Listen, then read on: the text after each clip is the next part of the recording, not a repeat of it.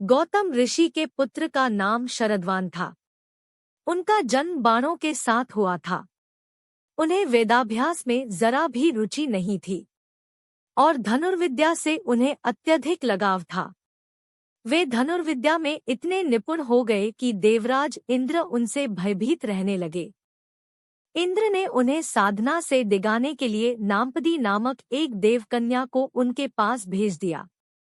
उस देवकन्या के सौंदर्य के प्रभाव से कृप नामक बालक उत्पन्न हुआ और दूसरे भाग से कृपी नामक कन्या उत्पन्न हुई।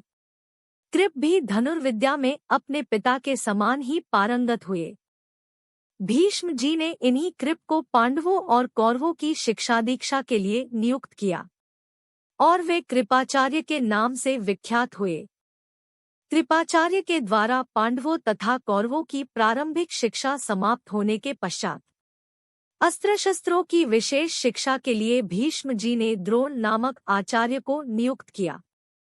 द्रोण के साथ प्रशत नामक राजा के पुत्र द्रुपद भी शिक्षा प्राप्त कर रहे थे तथा दोनों में प्रगाढ़ मैत्री हो गई। उन्हीं दिनों परशुराम जी अपनी समस्त संपत्ति को ब्राह्मणों में दान करके महेंद्राचल पर्वत पर तप कर रहे थे। एक बार द्रोण उनके पास पहुंचे और उनसे दान देने का अनुरोध किया। इस पर परशुराम बोले, वत्स तुम विलंब से आए हो। मैंने तो अपना सब कुछ पहले से ही ब्राह्मणों को दान में दे डाला है। अब मेरे पास केवल अस्त्र शस्त्र ही शेष बचे हैं। तुम चाहो तो उन्हें दान में ले सकते हो। द्रोण यही तो चाहते थे। आता उन्होंने कहा, हे गुरुदेव, आपके अस्त्र शस्त्र प्राप्त करके मुझे अत्यधिक प्रसन्नता होगी, किंतु आपको मुझे इन अस्त्र शस्त्रों की शिक्षा दीक्षा देनी होगी तथा विधि विधान भी बताना होगा। इस प्रकार परशुराम के शिष्य बनकर द्रोण अस्त्र शस्त्रादि सहित समस्त विद्याओं के अभूतपूर्व ज्ञाता हो गए। शिक्षा प्राप्त करने के पश्चात द्रोण का विवाह कृपाचार्य की बहन कृपी के साथ हो गया। कृपी से उनका एक पुत्र हुआ। उनके उस पुत्र के मुख से जन्म के समय अश्व की ध्वनि निकली, इसलिए उसका नाम अश्वत्थामा रखा गया। किसी प्रकार का राजाश्रय प्राप्त न होने के कारण द्रोण अपनी पत्नी कृपी तथा पुत्र अश्वत्थामा के साथ निर्धनता के साथ रह रहे थे। एक दिन उनका पुत्र अश्वत्थामा दूध पीने के लिए मचल उठा, किंतु अपनी निर्धनता के कारण द्रोण पुत्र के लिए गाय के दूध की व्यवस्था न कर सके। अकस्मात उन्हें अपने बाल्यकाल के मित्र राजा द्रुपद का स्मरण हो आया, जो कि पांचाल देश के नरेश बन चुके थे। द्रोण ने द्रुपद के पास जाकर कहा, मित्र, मैं तुम्हारा सहपाठी रह चुका हूँ। मुझे दूध के लिए एक गाय की आवश्यकता है और तुमसे सहायता प्राप्त करने की अभिलाषा लेकर मैं तुम्हारे पास आया हूँ।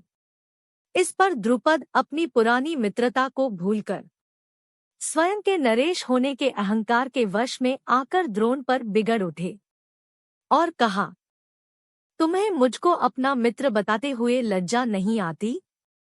मित्रता केवल समान वर्ग के लोगों में होती है, तुम जैसे निर्धन और मुझ जैसे राजा में नहीं। अपमानित होकर द्रोण वहां से लौट आए और कृपाचार्य के घर गुप्त रूप से रहने लगे। एक दिन युधिष्ठिर आदि राजकुमार जब गेंद खेल रहे थे तो उनकी गेंद एक कुएं में जा गिरी। उधर से गुजरते हुए द्रोण से राजकुमारों ने गेंद को कुएं से निकालने लिए सहायता मांगी। द्रोण ने कहा, यदि तुम लोग मेरे तथा मेरे परिवार के लिए भोजन का प्रबंध करो तो मैं तुम्हारा गेंद निकाल दूंगा। युधिष्ठिर बोले, देव, यदि हमारे पितामह की अनुमति होगी तो आप सदा के लिए भोजन पा सकेंगे।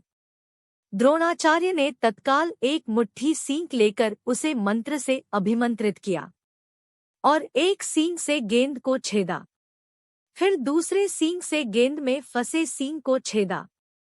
इस प्रकार सींग से सींग को छेदते हुए गेंद को कुएं से निकाल दिया।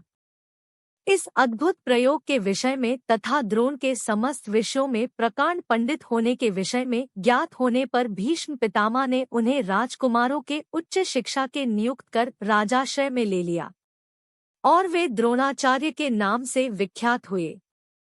अगर आपको कहानी पसंद आई तो चैनल को सब्सक्राइब करें, लाइक करें, कमेंट करें